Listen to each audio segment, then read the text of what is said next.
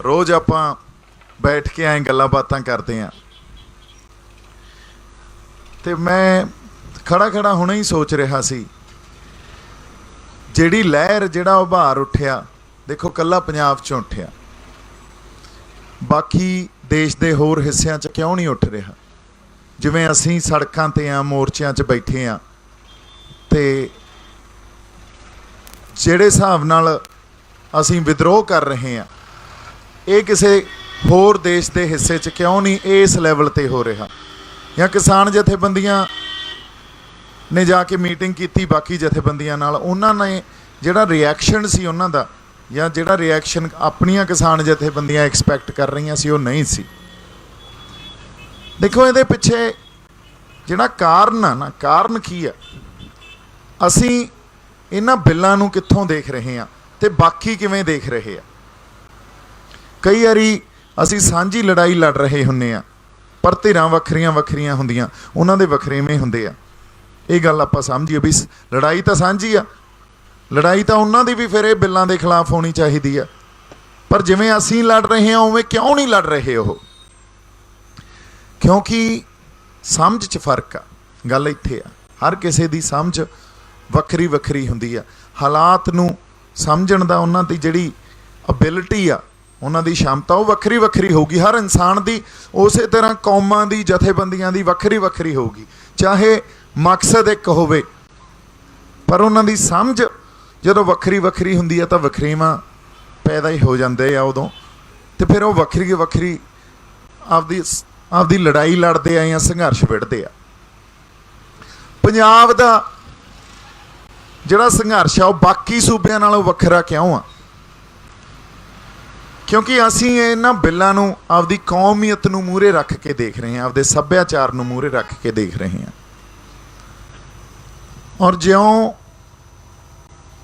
असीं हरियाणे की गल करिए, किसी होर स्टेट की, यूपी की गल करिए, राजस्थान की गल करिए, साडे नेबरिंग स्टेट्स आ, साडे गवांढी आ, ये उस कौमीयत के ढंग नाल नहीं देख रहे, क्योंकि इन्हां दी कौमीयत आपदी कोई है ही नहीं। इन्हां दी तां वो कौमीयत आ जिहड़ी सेंटर की कौमीयत आ, जिहड़ी दिल्ली की कौमीयत आ। असीं आपदे सभ्याचार नूं, आपदे इतिहास नूं, आपदे फलसफे नूं, साडी विलखणता नूं आपदी कौमीयत मनदे आ। असीं ये भी कहने आ भी असीं थोड़े तो वखरे आ। असीं सनातन धर्म चों, या असीं जिहड़ा हिंदू राष्ट्र तुसीं पैदा कर रहे हो या उहदी एक जिद फड़ी बैठे हो, इहदे विच नहीं आउंदे। जे तुसीं हिंदू राष्ट्र की गल करते हो तो फिर असीं कित्थे जाइए? साडे कोले फिर हक आपदा बन जाता भी असीं आपदे राज की, आज़ाद पंजाब राज की गल करिए। क्योंकि गल इस कौमीयत का जिहड़ा एहसास आ, उहनूं तोड़ दिल्ली रही आ, असीं नहीं तोड़ रहे। और साडे तो पहलां ये गल महाराष्ट्र वाले करनगे, साउथ वाले करनगे, नागालैंड वाले करनगे। मैं रोज़ कहना असीं फिर हजे सह लांगे, असीं फिर हजे इन्हां लई खड़े हो सकते हैं। पर जे इन्हां दी यही जिद रही तो साडे तो पहलां बाकी राज ये गल करनगे। हुण पंजाब आपां इन्हां बिल्लां ते आउणे आ। जदों बिल्लां नूं आपां इहनूं एनालाइज करते हैं, इहनूं इहदा विश्लेषण करते हैं, इहदा दो भागां च विश्लेषण पंजाब कर रहा है इस टाइम। एक भाग आ आर्थिक, जिहड़ा सारा देश भी कर रहा। आर्थिक जे हमला होवे ना, एडा वड्डा उभार नहीं आउंदा हुंदा जिड्डा पंजाब च आया। आर्थिक गल्लां बथेरी लुੱਟ खसुੱਟ होई है साडी, किहड़े पॉलिटिशियन ने सानू नहीं लुੱਟਿਆ।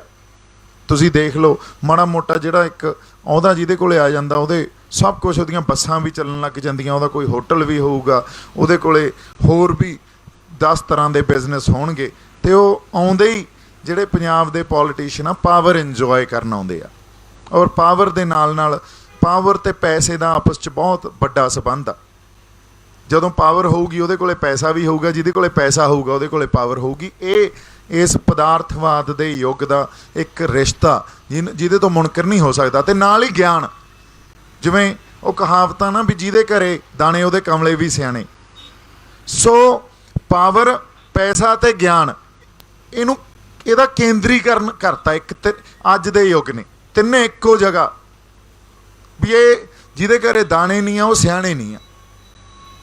हालांकि ये गल साडे साडे जे असीं पंजाब दी रवायत देखीए तां ये गल्लां ये नहीं सी, पर पदार्थवाद जदों तो आया उदों तो ये गल प्रचलित हो गई, तो ये धारना बन गई, तो असीं उहदा आत्मिकरण भी कर लिया भी गल पक्की आ यार, जे पैसा तां ही असीं सियाणे आ, ते जे पैसा तां ही साडे कोले पावर आ, साडी चलदी होऊगी किते ना किते गलबात साडी मंत्रियां च MLA च।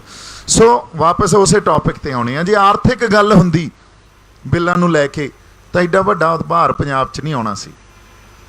आर्थिक गल्लां सी लुੱਟ खसुੱਟ बथेरी सही आ, हो सकदा अगे भी सह लईए, पर कल्ली आर्थिक गल नहीं आ। जदों सानू इन्हां कंपनियां ने आके साडियां जमीनां तो लांभे करता, पासे करता, सानू पंजाब तो जिड्डा वड्डा प्रवास होया इहने होर वधना हजे। तुसीं देख लो जिहड़े यंग अपने इत्थों दे नौजवान वर्ग आ, अज हर कोई कहंदा भी मैं बाहर जावना यार, उत्थे की है उन्हां नूं नहीं पता, किहो जी जिंदगी जिउणगे ये भी नहीं पता, पर मैं इत्थों निकल जा, इत्थे कुछ नहीं है। हुण ये आम तौर पर एक इमोशन बिल्ड करता और उस धरती तो टुटना चाहुंदे आ जिहड़ी गुरुआं ने वसाई आ, उस सभ्याचार तो टुटना चाहुंदे आ जिहड़ा सिख फलसफे ने घड़िया होया, जिहड़ा गुरु नानक साहब दे सरबत दे भले वाले फलसफे ने घड़िया होया। सोचो भी ये पंजाब दे समाज ने पैदा किया नहीं, ये दिल्ली सरकार ने पैदा किया, ये सेंटर ने पैदा की, ये एहसास सेंटर ने पैदा किया। जदों असीं आपदे हक्कां दी, जदों असीं आपदे फैसले आप लैण दी गल करदे हां, जदों असीं कदे खुद मुख्तियारी दी गल करदे हां, जदों ये कहने आ भी साडे कोले साडे किसानी दे मसले, साडी सिक्ख्या दे मसले, साडे इन्वायरमेंट वातावरण दे मसले होण, साडे प्रवास दा मसला होवे, इहदे ते नीतियां असीं आप घड़ीए, जिहड़ा बंदा आवाज़ चकदा उदों ही दब लैंदे आ। असीं आम तौर ते पिंडां च देखिया डर एडा वड्डा साडे मनां अंदर इन्हां ने पैदा करता, साडी मानसिकता नूं ही फड़ लिया भी यार बोली ना एवें पंगा पै जाऊ, लै जाणगे चक के अगले। सो डर, अच्छा बोलण तो ही डराई जांदे आ, बोल ही नहीं सकते। एडी वड्डी त्रासदी किसी समाज च हो सकती है? अज असीं बोल ही, अच्छा जिहड़ा बोलदा उहदे पिछे उधर नूं उलर जांदे आ बंदे। अज माड़ा मोटा मैं जे बोलदा मेरे हल नूं हो जांदे आ भी यार आ बंदा साडा आगू आ, दसो। हालांकि साडे कोले जिहड़ा फलसफा जां जिहड़े सिद्धांत दी असीं गल कर रहे हैं, किन्ने साडे आगू होने चाहिए सी। हर बंदे च सॉवरनिटी पई आ, हर बंदे च वो आज़ादी का जज्बा पिया। असीं स्टेटहुड इंजॉय किया होया। स्टेटहुड की आ, असीं आपदा राज मानिया होया, और उन राज मानने का जिहड़ा बी सी वो 10वें पातशाह ने पातशाही दावा जदों रखिया सी, हम राखत पातशाही दावा, उदों साडे अंदर लाता सी उन्होंने, वो राज उही दे गए सी। इन गरीब सिखन को दूं पातशाही, ये याद करें मेरी गुरियाई। सो हुण जदों आपां सभ्याचार ते साडे ते हमला हुंदा ना, आर्थिक असीं सह लांगे, सभ्याचार च साडा फलसफा, साडा इतिहास, साडी माँ बोली, साडे पानी, साडी जमीन धरती, साडी सियासत, सब कुछ ये जांदा साडे तो नहीं सहा जांदा, क्योंकि इहदे च वो छिणग जिहड़ी गुरुआं ने लाई हुई आ, इहदे इत्थे ही पई आ। ये साडे तो सहा नहीं जांदा जदों फिर असीं संघर्ष विढ़दे आ, जिहड़ा आपां विढ़ी बैठे आ हुण। फिर इहदे च संघर्ष दे वहण आ जिहड़े, वो हथियारबंद संघर्ष भी विढ़िया गया, पहलां खाड़कू सिंघां ने लड़िया, ते अज आपां इकट्ठे होके एक शांतमई संघर्ष विढ़ी बैठे आ। ये वहण आ, संघर्ष दे वखरे वखरे लड़न दे ढंग आ, हर ढंग आपदी जगह जमा सही आ। सो असीं संघर्ष विढ़ लिया, हुण साडे ते जबर जुल्म करनगे हो, और जबर जुल्म कल्ला साडे ते डांगां भरा के, साडे ते गोलियां चला के नहीं हुंदा, तुहानूं डीह्यूमनाइज कर दिंदे आ। किवें करदे आ? तुहानूं उलझा के आपस च लड़ा के, तुहानूं बदनाम करके, ਤੁਹਾਨੂੰ ਤੁਹਾਡੀ ਮਾਨਸਿਕਤਾ ਨੂੰ ਫੜ ਕੇ ਕਿਸੇ ਹੋਰ ਪਾਸੇ ਨੂੰ ਲਾ ਕੇ ਡੀਹਿਊਮਨਾਈਜ਼ ਕਰ ਦਿੰਦੇ ਆ। ਕਿਉਂਕਿ ਜੇ ਤੁਸੀਂ ਇਨਸਾਨ ਹੋ, ਅਸਲ 'ਚ ਇਨਸਾਨ ਹੋ ਜਿਹਦੀ ਜਾਗਦੀ ਜ਼ਮੀਰ ਆ, ਉਹਨੇ ਫਿਰ ਜ਼ਬਰ ਜ਼ੁਲਮ ਨਹੀਂ ਸਹਿਣਾ। ਉਸ ਬੰਦੇ ਨੇ ਆਪਦੀ ਆਵਾਜ਼ ਬੁਲੰਦ ਕਰਨੀ ਆ, ਉਹਨੇ ਵਿਰੋਧ ਕਰਨਾ ਹੀ ਕਰਨਾ। ਔਰ ਪੰਜਾਬੀਆਂ 'ਚ, ਸਾਡੇ 'ਚ ਤਾਂ ਖਾਸ ਕਰਕੇ। ਪਰ ਜਦੋਂ ਤੁਹਾਡੇ ਤੇ ਉਹਨਾਂ ਨੇ ਜ਼ਬਰ ਤੇ ਜ਼ੁਲਮ ਕਰਨਾ, ਕੱਲਾ ਫਿਜ਼ੀਕਲ ਨਹੀਂ ਕਰਨਾ, ਮਾਨਸਿਕ ਵੀ ਕਰਨਾ। ਉਹ ਮਾਨਸਿਕ ਜਿਹੜਾ ਕੰਮ ਆ ਉਹ ਵੀ ਬਹੁਤ ਵੱਡਾ ਜ਼ੁਲਮ ਆ। ਤੁਹਾਨੂੰ ਡੀਹਿਊਮਨਾਈਜ਼ ਕਰਤਾ, ਤੁਹਾਨੂੰ ਉਸ ਪਾਸੇ ਤੋਂ ਭਟਕਾਤਾ, ਕਿਸੇ ਹੋਰ ਪਾਸੇ ਲੈ ਗਏ।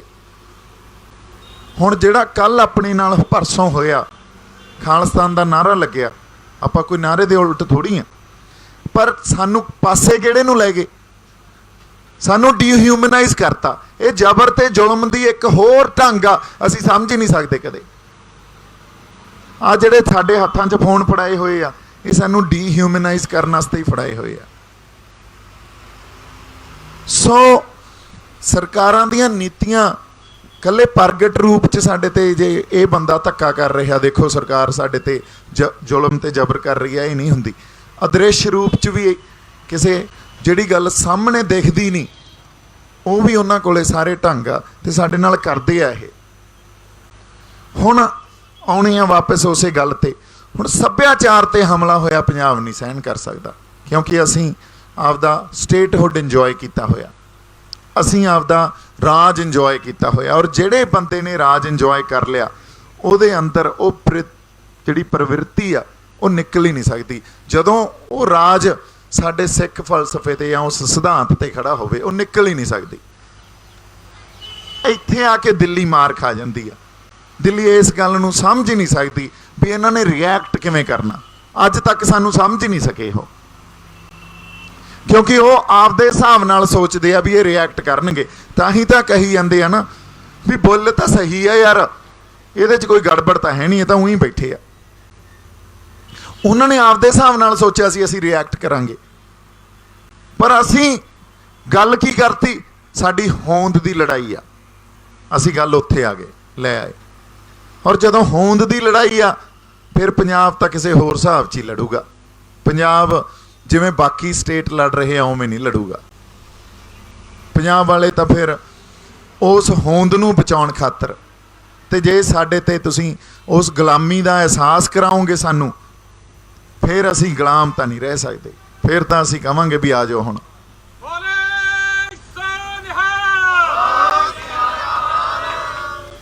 ਸੋ ਗੱਲ ਹੁਣ ਇੱਥੇ ਆਈ ਖੜੀ ਆ। ਸਾਡੀ ਹੋਂਦ ਆ ਜਿਹੜੀ, ਜਦੋਂ ਉਹਦਾ ਨਾਅਰਾ ਲੱਗ ਗਿਆ, ਅਸਲ 'ਚ ਦਿੱਲੀ ਇਸ ਗੱਲ ਤੋਂ ਬਹੁਤ ਡਰਦੀ ਆ, ਕਿਉਂਕਿ ਇਹਨਾਂ ਨੂੰ ਐਂ ਲੱਗਦਾ ਵੀ ਇਹ ਤਾਂ ਯਾਰ, ਇਹਨਾਂ ਨੂੰ ਕੋਈ ਚਿੰਨ੍ਹ ਨਾ ਦਿਓ। ਇਹਨਾਂ ਨੂੰ 84 ਦਿੱਤਾ, ਅੱਜ ਤੱਕ ਨਹੀਂ ਭੁੱਲੇ। ਜੂਨ 84 ਨਹੀਂ ਭੁੱਲੇ, ਨਵੰਬਰ 84 ਨਹੀਂ ਭੁੱਲੇ, ਉਦੋਂ ਪਹਿਲਾਂ ਹਜੇ ਤੱਕ ਇਹ ਤਾਂ ਅਬਦਾਲੀ ਨੇ ਦਿੱਤੇ ਹੋਏ ਚਿੰਨ੍ਹ ਨਹੀਂ ਭੁੱਲੇ, ਅੰਗਰੇਜ਼ਾਂ ਨੇ ਦਿੱਤੇ ਹੋਏ ਚਿੰਨ੍ਹ ਨਹੀਂ ਭੁੱਲੇ। ਅਸੀਂ 84 ਦਾ ਕਿਵੇਂ ਭੁੱਲ ਜਾਂਗੇ? ਤੇ ਇਹਨਾਂ ਨੂੰ ਕੋਈ ਨਵਾਂ ਚਿੰਨ੍ਹ ਨਾ ਦਿਓ। ਪਰ ਆਹ ਜਿਹੜੇ ਬਿੱਲ ਦਿੱਤੇ, ਇਹਨਾਂ ਨੂੰ ਸਮਝ ਹੀ ਨਹੀਂ ਆਈ ਇਹ ਚਿੰਨ੍ਹ ਦੇ ਗਏ ਸਾਨੂੰ, ਤੇ ਉਸ ਚਿੰਨ੍ਹ ਨੇ ਸਾਡੇ ਅੰਦਰ ਪਹਿਲੀ ਵਾਰੀ ਬਹੁਤ ਸਮੇਂ ਬਾਅਦ ਇਤਿਹਾਸ 'ਚ ਇਹ ਗੱਲ ਭਰਤੀ ਵੀ ਅਸੀਂ ਗੁਲਾਮ ਆ। ਜਦੋਂ ਤੱਕ ਸਾਡੇ ਕੋਲੇ ਸਾਡੀ ਖੁਦਮੁਖਤਿਆਰੀ ਨਹੀਂ ਹੋਊਗੀ, ਜਾਂ ਜਦੋਂ ਤੱਕ ਸਾਡੇ ਕੋਲੇ ਸਾਡੀ ਆਜ਼ਾਦੀ ਨਹੀਂ ਹੋਊਗੀ, ਉਦੋਂ ਤੱਕ ਇਹ ਗੁਲਾਮੀ ਸਾਨੂੰ ਤੰਗ ਕਰਦੀ ਰਹੂਗੀ। ਸਾਨੂੰ ਤੁਰਦਿਆਂ ਫਿਰਦਿਆਂ, ਸੌਂਦਿਆਂ ਜਾਗਦਿਆਂ ਇਹ ਤੰਗ ਹੀ ਕਰੂਗੀ ਸਾਡੇ।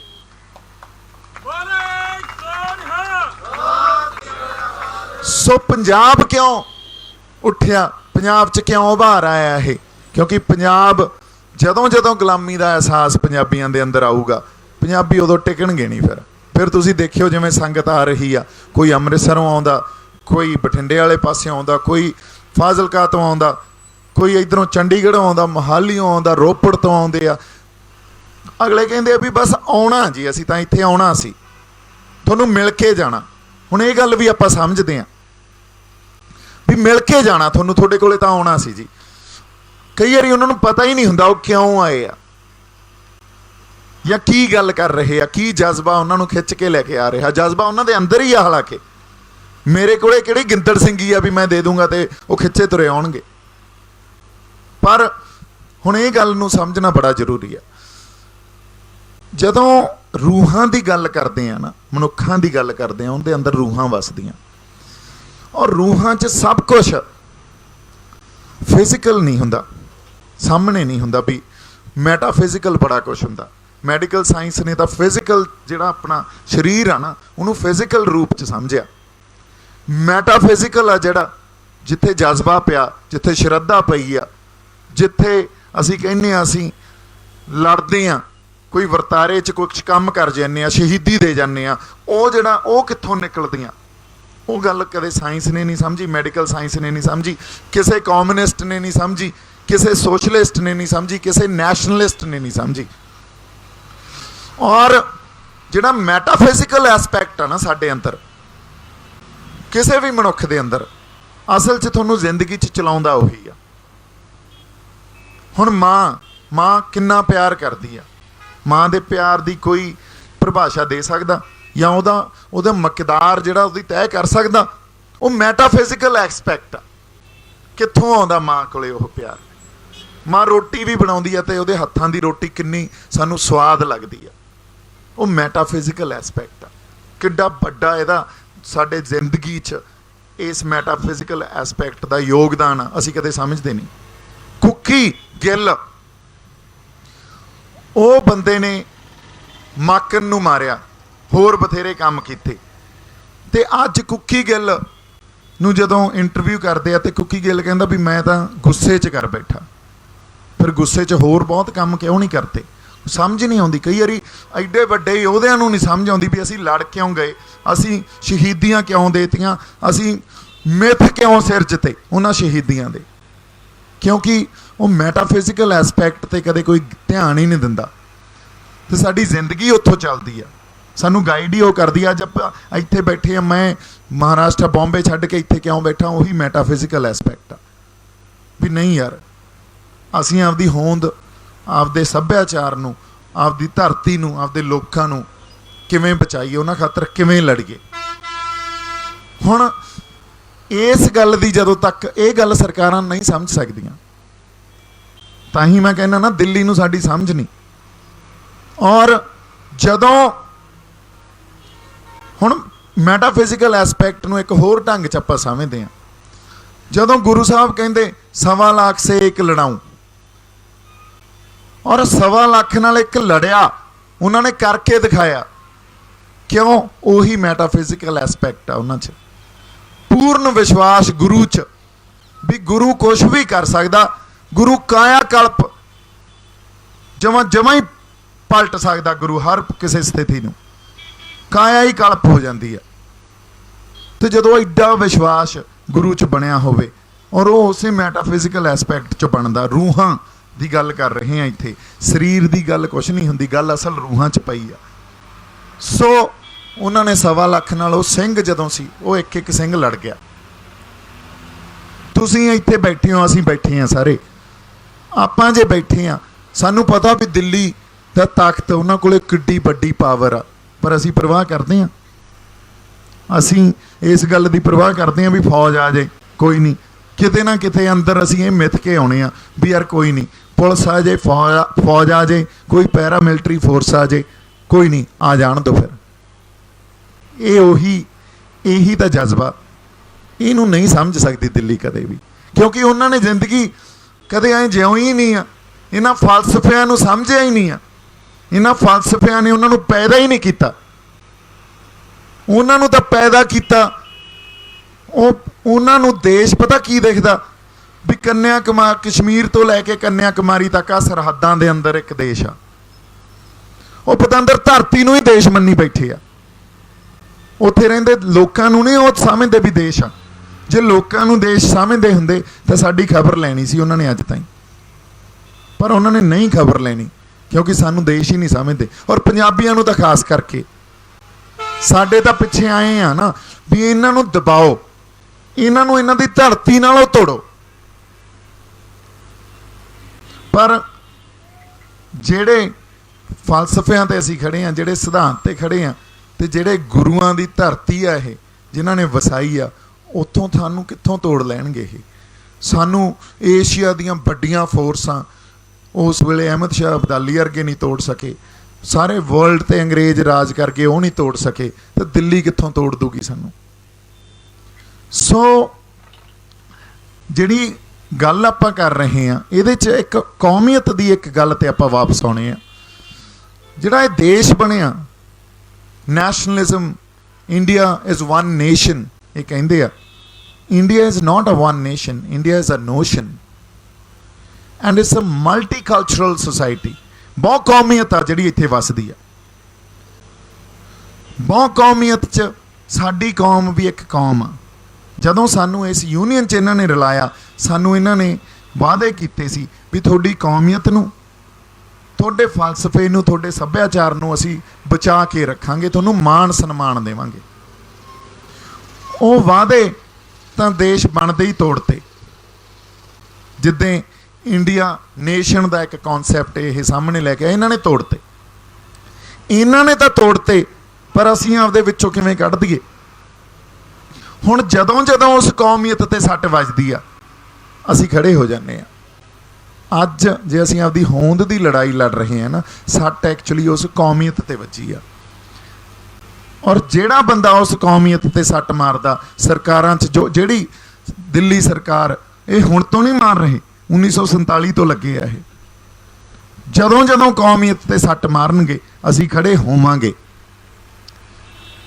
पर इस उभार च सब तो वड्डी गल साडे कोले की आ, इस उभार च कौमीयत का जज्बा एडा वड्डा प्रतख रूप च सामने आ गया। लोगों ने यह गल समझ ली भी दिल्ली साडे कदे नहीं हो सकती, ये गल कदे भी नहीं समझी गई सी।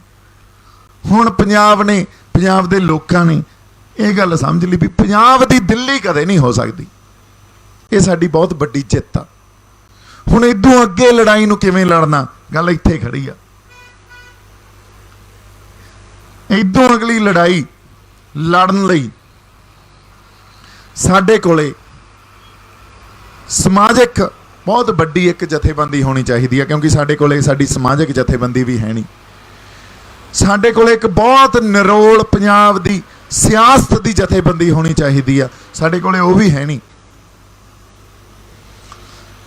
इस संघर्ष च जे आपां कल्ले किसानी दे संघर्ष की गल करिए, असीं आपदे लई कोई पंजाब पक्षी किसानी का मॉडल ही खड़ा कर जाइए, जिहड़ा मॉडल साडे वातावरण नूं भी समझे, साडे किसानां नूं खुदकुशियां ना देवे, करजे ना चढ़ाए उन्हां ते, जिहड़ा मॉडल साडियां फसलां दे असीं मुੱਲ की है वो आप तय करिए, बेचनी कित्थे है वो आप तय करिए।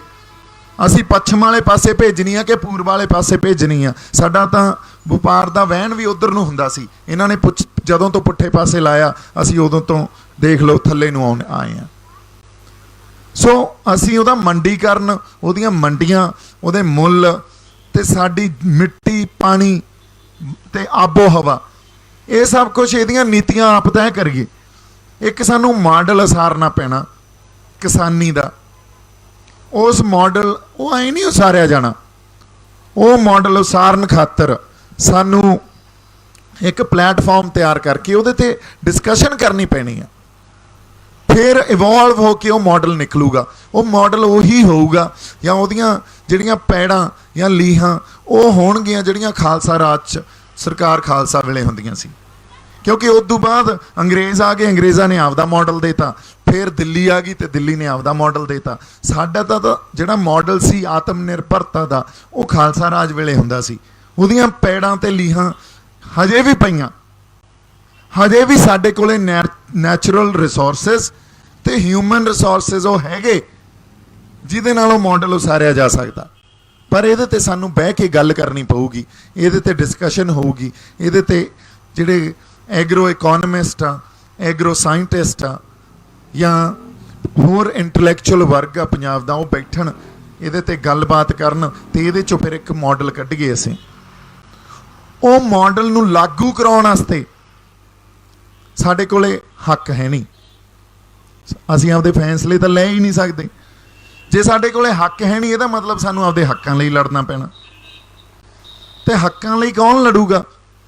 सियासी लड़ाई, ये तो पोलीटिकल लड़ाई होगी ना, फिर सियासी लड़ाई होगी।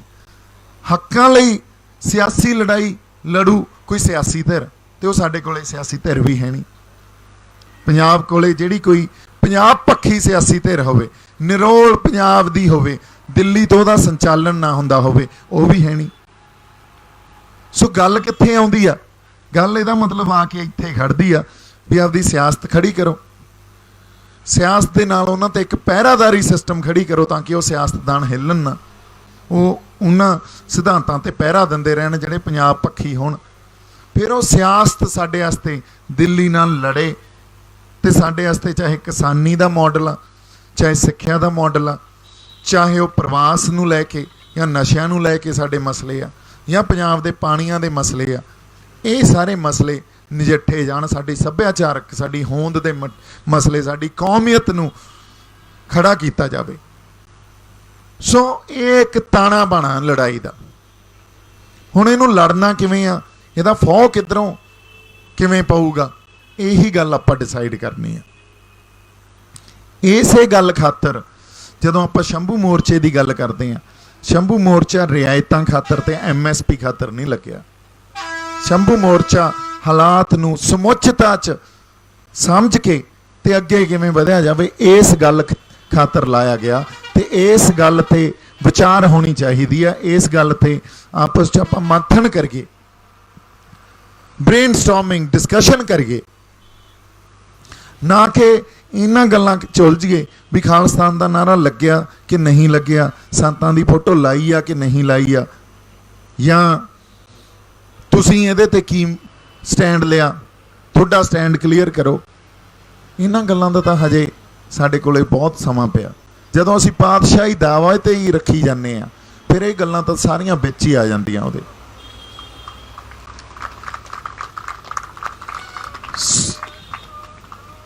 सत श्री अकाल।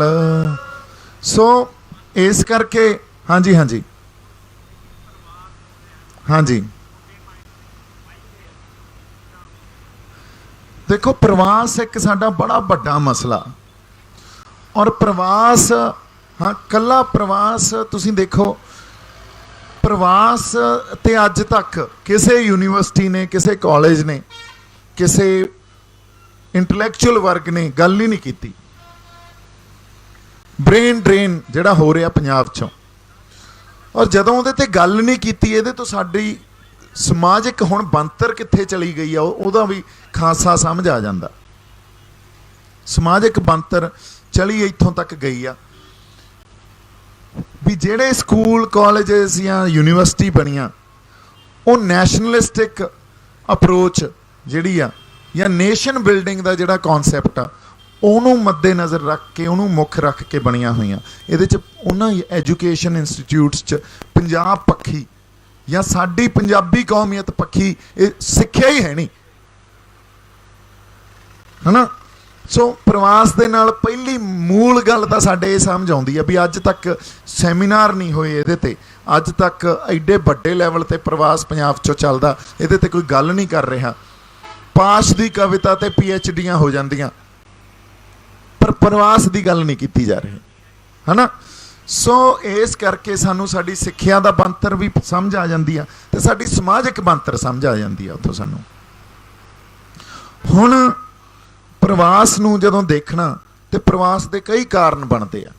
प्रवास का बहुपक्षी इहदा जिहड़ी रियलिटी है ये, है ना, ये स्टैटिक नहीं है, आर्थिक भी आ, जात पात भी आ, है ना। इहदा बाकी तुसीं ये लै लो भी विचारधारक भी आ, सरकारां दी विचारधारा चों निकलियां होईयां नीतियां इत्थे जदों इंप्लीमेंट हुंदियां ते वो भी प्रवास कराउंदियां।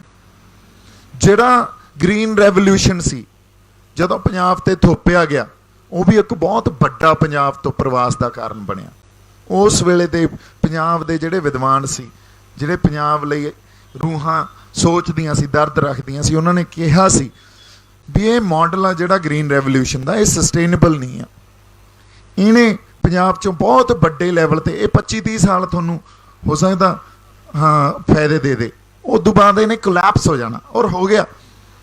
तुसीं वातावरण संबंधी देखो किड्डा बड़ा थ्रैट आ, किड्डे बड़े साडे जमीन किड्डी, असीं कोई बहुत सेहतमंद जमीन थोड़ी वाहुणे आ। हुण पानी देख लो, अच्छा पानी जिहड़े पानी ने सानूं बचाउणा सी, ਉਹ ਪਾਣੀ ਅਸੀਂ ਪਹਿਲਾਂ ਹੀ ਖਤਮ ਕਰਤਾ ਟਿਊਬਲਾਂ ਨਾਲ ਖਿੱਚ ਖਿੱਚ ਕੇ, ਕਿਉਂਕਿ ਗਲੇਸ਼ੀਅਰ ਗਲੋਬਲ ਵਾਰਮਿੰਗ ਕਰਕੇ ਬਹੁਤ ਤੇਜ਼ੀ ਨਾਲ ਮੈਲਟ ਹੋ ਰਹੇ ਆ। ਜਦੋਂ ਗਲੇਸ਼ੀਅਰ ਮੈਲਟ ਹੋ ਗਏ ਤਾਂ ਦਰਿਆਵਾਂ ਵਾਲਾ ਪਾਣੀ ਤਾਂ ਪਹਿਲਾਂ ਹੀ ਸਾਡੇ ਤੋਂ ਲਈ ਜਾਂਦੇ ਆ, ਇਹ ਜਿਨ੍ਹਾਂ ਤੇ ਅਸੀਂ ਲੜੀ ਜਾਂਦੇ ਆ, ਉਹ ਜਦੋਂ ਮੈਲਟ ਹੋ ਗਏ ਤੇਜ਼ੀ ਨਾਲ, ਤੇ ਗਾਂ ਪਾਣੀ ਕਿਹੜੇ ਨੇ ਬਚਾਉਣਾ ਸੀ? ਗਰਾਊਂਡ ਵਾਟਰ, ਜ਼ਮੀਨ ਦੇ ਹੇਠਲੇ ਪਾਣੀ ਨੇ, ਉਹ ਅਸੀਂ ਟਿਊਬਲ ਚ ਕੱਢ ਕੇ 700 800 900 ਫੁੱਟ ਤੇ ਲੈ ਗਏ, ਝੋਨੇ ਨੂੰ ਲਾ ਕੇ। ਔਰ ਝੋਨਾ ਸਾਡੀ ਫਸਲ ਹੀ ਨਹੀਂ ਸੀ। ਅੱਜ ਝੋਨੇ ਤੋਂ ਬਿਨਾਂ ਕੋਈ ਬੀਜਦਾ ਹੀ ਨਹੀਂ ਆ, ਫਸਲਾਂ ਹੀ ਭੁੱਲ ਗਏ ਵੀ ਹੋਰ ਵੀ ਫਸਲਾਂ ਹੋਣਗੀਆਂ। ਹਾਂ, ਦਿੱਤਾ ਦਿੱਲੀ ਨੇ ਆ, ਉਹੀ ਤਾਂ ਆਪਾਂ ਗੱਲ ਕਰ ਰਹੇ ਹਾਂ। ਸੋ ਪ੍ਰਵਾਸ ਦਾ ਰੀਜ਼ਨ ਇੱਕ ਇਹ ਵੀ ਆ ਵੀ ਸਰਕਾਰ ਕਿਹੜੀਆਂ ਪਾਲਿਸੀਆਂ ਘੜਦੀ ਆ ਤੇ ਉਹਨਾਂ ਪਾਲਿਸੀਆਂ ਦੇ ਇਫੈਕਟ ਕੀ ਹੁੰਦੇ ਆ। ਹੁਣ ਜਦੋਂ ਆਪਾਂ ਸਮੁੱਚਤਾ 'ਚ ਬੈਠ ਕੇ ਮਸਲੇ ਵਿਚਾਰਨੇ ਆ ਤਾਂ ਅਸਲ 'ਚ ਸਾਨੂੰ ਆ ਹੁਣ ਜਿਹੜੇ ਨਵੇਂ ਬਿੱਲ ਆਏ ਆ ਇਹਨੇ ਵੀ ਪ੍ਰਵਾਸ ਕਰਾਉਣਾ। ਕਿਸਾਨੀ ਇੱਕ ਬਚੀ ਸੀ ਜਿੱਥੇ ਜਿਹੜੀਆਂ ਵੱਡੀਆਂ ਕਾਰਪੋਰੇਟਾਂ ਇਹਨਾਂ ਦਾ ਕੋਈ ਗਲਬਾ ਨਹੀਂ ਸੀ। ਜਦੋਂ ਕਿਸਾਨੀ 'ਚ ਵੀ ਉਹ ਆ ਗਏ ਤੇ ਜਿਹੜੇ ਕਿਸਾਨ ਪਰਿਵਾਰ ਆ ਜਾਂ ਜਿਹੜੇ ਅੱਜ ਤੱਕ ਨੌਜਵਾਨ ਇਹ ਸੋਚਦੇ ਸੀ ਵੀ ਯਾਰ ਹੋਰ ਨਹੀਂ ਤਾਂ ਖੇਤੀ ਕਰ ਲਾਂਗੇ, ਉਹ ਇਮੋਸ਼ਨ ਵੀ ਟੁੱਟ ਜੂ, ਉਹ ਅਹਿਸਾਸ ਵੀ ਟੁੱਟ ਜੂ, ਹਨਾ। ਤਾਂ ਇਸ ਕਰਕੇ ਇਹ ਸਾਰੀਆਂ ਗੱਲਾਂ ਨੂੰ ਸਾਨੂੰ ਸਮੁੱਚਤਾ 'ਚ ਪ੍ਰਵਾਸ ਨੂੰ, ਨਸ਼ੇ ਨੂੰ, ਬੇਰੁਜ਼ਗਾਰੀ ਨੂੰ, ਕਿਸਾਨੀ ਦੇ ਮਸਲਿਆਂ ਨੂੰ ਸਾਡੇ ਇਹ ਸਾਰੇ ਇੰਟਰ ਰਿਲੇਟਡ ਆ ਔਰ ਡਾਇਰੈਕਟਲੀ ਪ੍ਰਪੋਰਸ਼ਨਲ ਟੂ ਈਚ ਅਦਰ। ਇਹਨਾਂ ਸਾਰਿਆਂ ਨੂੰ ਸਮੁੱਚਤਾ 'ਚ ਵਿਚਾਰ ਕੇ ਫਿਰ ਸਾਨੂੰ ਪ੍ਰਾਇਰਟਾਈਜ਼ ਕਰਕੇ ਹੱਲ ਕਰਨਾ ਪਊਗਾ। ਪਰ ਉਹਦੇ ਖਾਤਰ ਤੁਹਾਡੇ ਕੋਲੇ ਆਪਦੀ ਸਿਆਸਤ, ਆਪਦੇ ਚੰਗੇ ਲੀਡਰ, ਸਮਾਜਿਕ ਲੀਡਰ, ਰਾਜਨੀਤਿਕ ਲੀਡਰ, ਹੈ ਨਾ, ਆਪਦੇ ਕੋਲੇ ਆਪਦੇ ਫੈਸਲੇ ਲੈਣ ਦੇ ਹੱਕ। ਆਪਾਂ ਕਿਉਂ ਖੁਦ ਮੁਖਤਿਆਰੀ ਲਈ ਲੜ ਰਹੇ ਹਾਂ? ਇਸੇ ਕਰਕੇ ਲੜ ਰਹੇ ਹਾਂ ਨਾ। ਸੋ ਇੱਕ ਪੂਰਾ ਪਲੇਟਫਾਰਮ ਚਾਹੀਦਾ। ਇਸ ਕਰਕੇ ਇਹ ਸਾਰਾ ਤਾਣਾ ਬਾਣਾ ਲੜਾਈ ਆ ਜਿਹੜੀ ਲੰਬੀ ਜ਼ਰੂਰ ਸਾਨੂੰ ਲੱਗ ਸਕਦੀ ਆ, ਪਰ ਲੜਨੀ ਤਾਂ ਪਊ, ਹੈ ਨਾ। ਸੋ ਜਦੋਂ ਅਸੀਂ ਕਹਾਂਗੇ ਵੀ ਲੜਾਈ ਬਹੁਤ ਲੰਬੀ ਆ, ਛੱਡੋ ਪਰਾਂ ਯਾਰ, ਕੁਛ ਨਹੀਂ ਨਿਕਲਦਾ, ਇਹ ਕੋਈ ਬੜੀ ਵਧੀਆ ਗੱਲ ਨਹੀਂ ਹੁੰਦੀ। ਲੰਬੀ ਲੜਾਈ ਲੜਦਾ ਉਹੀ ਆ ਜਿਹਨੇ ਆਪਦੇ ਆਪ ਨੂੰ, ਆਪਦੀ ਹੋਂਦ ਨੂੰ ਬਚਾ ਕੇ ਰੱਖਣਾ ਹੁੰਦਾ। ਅੱਜ ਯਹੂਦੀ, ਉਹਨਾਂ ਦਾ ਇਤਿਹਾਸ ਪੜ੍ਹੋ ਤੁਸੀਂ, ਉਹਨਾਂ ਤੋਂ ਸਮਝੋ ਉਹਨਾਂ ਨਾਲ ਕੀ ਕੁਛ ਹੋਇਆ, ਪਰ ਉਹਨਾਂ ਨੇ ਲੜਾਈਆਂ ਲੜੀਆਂ। ਅੱਜ ਲਿਆਕਤ 'ਚ ਵੀ, ਸਿੱਖਿਆ ਪੱਖੋਂ ਵੀ, ਆਰਥਿਕ ਪੱਖੋਂ ਵੀ, ਟੈਕਨੋਲੋਜੀ ਵੀ, ਖੇਤੀ ਵੀ, ਅੱਛਾ ਸਭ ਤੋਂ ਅੱਗੇ ਆ। ਔਰ ਇੱਥੋਂ ਤੱਕ ਕਿ ਇਹ ਕਹਿੰਦੇ ਆ ਵੀ ਅਮਰੀਕਨ ਜਿਹੜੀ ਇਕੋਨਮੀ ਆ ਉਹਦੇ ਤੇ ਵੀ ਇਜ਼ਰਾਈਲੀਜ਼ ਆ ਜਿਹੜੇ, ਉਹਨਾਂ ਦਾ ਬਹੁਤ ਵੱਡਾ ਗਲਬਾ। ਉਹਨਾਂ ਤੋਂ ਬਿਨਾਂ ਇੱਕ ਔਰ ਅਮਰੀਕਾ ਦੀ ਜਿਹੜੀ ਆਰਥਿਕਤਾ ਜਾਂ ਇਕੋਨਮੀ ਆ ਉਹ ਨਹੀਂ ਚੱਲ ਸਕਦੀ, ਉਹ ਡਿੱਗ ਪੈਣੀ। ਉੱਥੇ ਜਿਹੜੇ ਵੱਡੇ ਵੱਡੇ ਫ੍ਰੀ ਮੇਸਨਸ ਬੈਠੇ ਆ ਨਾ, ਉਹਨਾਂ ਦੇ ਬਹੁਤ ਵੱਡੇ ਲੋਕ ਬੈਠੇ ਆ, ਉਹਨਾਂ ਨੂੰ ਫ੍ਰੀ ਮੇਸਨਸ ਕਹਿੰਦੇ ਆ। ਉਹਨਾਂ ਕੋਲ ਇੰਨਾ ਪੈਸਾ ਵੀ ਉਹ ਅਮਰੀਕਾ ਦੇ ਵੱਡੇ ਇੰਸਟੀਟਿਊਟਸ ਆ, ਜਿਹੜੇ ਫਾਈਨੈਂਸ਼ੀਅਲ ਇੰਸਟੀਟਿਊਟਸ ਆ, ਬੈਂਕਸ ਆ, ਉਹਨਾਂ ਨੂੰ ਵੀ ਉਹ ਪੈਸਾ ਉਧਾਰ ਦਿੰਦੇ ਆ ਵੀ ਆ ਚੱਕੋ। ਤੇ ਜਦੋਂ ਉਹ ਪੈਸਾ ਖਿੱਚ ਲੈਂਦੇ ਆ, ਅਮਰੀਕਨ ਇਕੋਨਮੀ ਵੀ ਕੋਲੈਪਸ ਹੋ ਜਾਂਦੀ ਆ, ਕਿਸੇ ਨਾ ਕਿਸੇ ਲੈਵਲ ਤੇ ਜਾ ਕੇ ਸਫਰ ਕਰਦੀ ਆ। ਸੋ ਲੜਾਈ ਲੜਨੀ ਪੈਣੀ ਆ ਮਿੱਤਰੋ, ਇਸ ਲਈ ਤਿਆਰ ਹੋ ਜਾਓ। ਤੇ ਆਪਾਂ ਜੇ ਇੱਥੇ ਬੈਠੇ ਆ, ਗੱਲਾਂ ਬਾਤਾਂ ਕਰਦੇ ਆ, ਤੇ ਇਹਦੇ ਨਾਲ ਇੱਕ ਬ੍ਰੇਨਸਟਾਰਮਿੰਗ ਹੋ ਜਾਂਦੀ ਆ ਆਪਸ 'ਚ।